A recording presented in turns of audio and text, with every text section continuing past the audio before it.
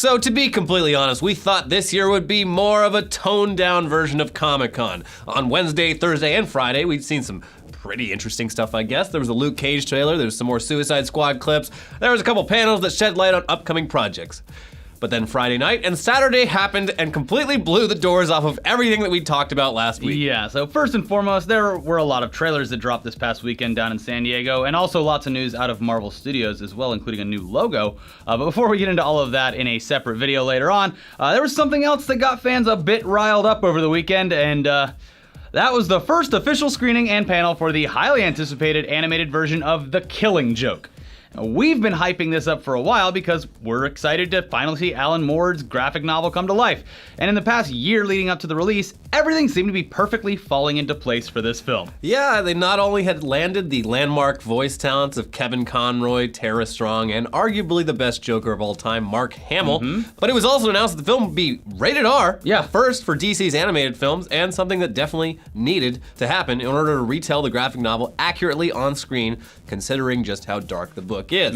But the book itself is pretty short. It's essentially the Joker's origin story told back and forth between his past and his present. I think it's only like 30 pages long. It's a quick read. Yeah. So if the producers wanted to make this into an actual feature-length movie, they would literally have to add to the story. And that's what they did. They did.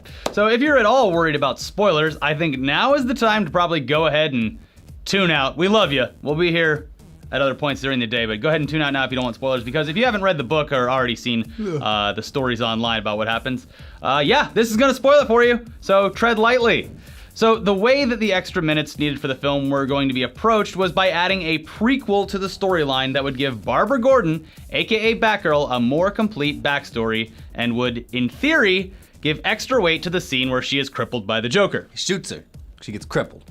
We warned you. So the backstory is certainly there, but apparently instead of using this as an opportunity to make her a character that stands out on her own, or even leads up to some other established model for who Batgirl is within this universe, she's just really horny for Bruce Wayne's Bat Dick, which is really fucking weird because Batman is usually seen as a parental figure for Batgirl and even Robin.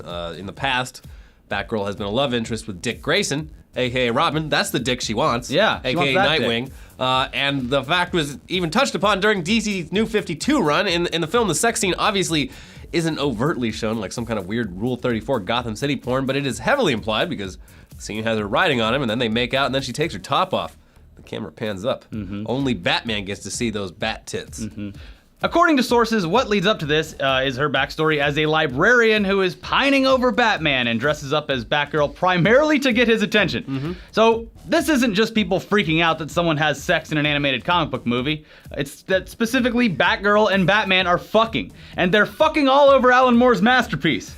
So yeah, we know a bunch of people out there are gonna say, okay, they also hooked up in the Batman Beyond cartoon, or it was implied that they did, or they had a romantic relationship or whatever, but we're still just saying that it's just weird specifically as it relates to The Killing Joke and to the overarching Batman canon. I mean, the biggest thing I have a problem with is that she has like a Batman fetish. Yeah. Like, Also, it's she's like a Batman stalker. She's just like, ah, man, I love Batman. I mean, he's a hero and all, that's cool, but I kind of just want to fuck him. I mean, when you're Batman, when you're Batman, it's like, he is a playboy sometimes. He does have like, to fight, literally fight off all the pussy. Yeah. He has to fight it off. But like, you're out there, you're Batman, you're in Gotham, everyone loves you, you're Bruce Wayne, like, you're having a great time, you're a playboy. But, so, you're gonna go fuck Commissioner Gordon's daughter? What are you doing? That's gonna ruin your relationship. Bro, she was like super into it. She like wouldn't, she was blowing up my phone. Yeah. Like, the bat phone, literally. Mean, she's crazy. And they say don't stick your dick in crazy, but she doesn't know my real identity, so it's cool. I can just ghost out there, fly away. She's never gonna know me again. Anyways, on top of all of that, during a Q&A for the film, a fan who was cosplaying as the Joker asked if Batgirl is such a strong female character, why was this more about the males in her life? And one of the writers, Brian Azzarello, said that, quote, she controls the men in her life in this story. And that's when a contributor for Bleeding Cool named Jeremy Conrad yelled from the back of the hall, yeah, by using sex and then pining for Bruce. And that's when Azzarello screamed, wanna say that again, pussy? Woo! So clearly people were emotionally heightened by all of this. Yeah. It's controversial for sure. He then continued and stated that, quote, I don't think she's pining over Bruce at all. She's pining over the violence. Executive producer Bruce Timm, friend of the show, then added, quote, it's complicated. Yeah. He did not seem like he wanted to be, like, he was really weird about the whole thing. He's just like, yeah, I mean, he literally said in one interview, he's like, I mean, I thought it was unfilmable and I never wanted to make it, but here we are. That's crazy. Yeah, it was just like, it might even be one of those moments where you're like, oh, this is gonna be cool, we're gonna have Batman and Batgirl finally fuck. And then like, you're sitting in the room and you're like, wait, did we really do this? Wait, people aren't responding positively to this. Oh God, we may have ruined the Killing Joke. Yeah, but yeah, at the Q&A, Bruce Timm, he did reiterate that Batman and Batgirl have, at some points in various continuities since her first appearance, had a subtle, unstated attraction. She's portrayed as very young in a lot of them. Yeah. So... She's the same age as Robin. Yeah. Well, okay, depends which Robin. Okay. Nightwing.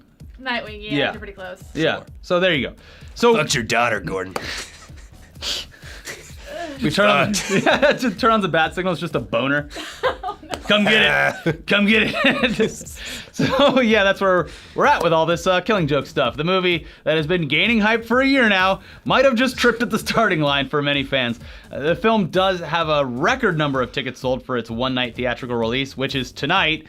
So we'll have to wait until the rest of the world sees it to find out where the dust actually is going to settle on this issue. But for me, I'm just excited to see the part that I've actually been waiting for. The penetration. Yeah, the deep fucking.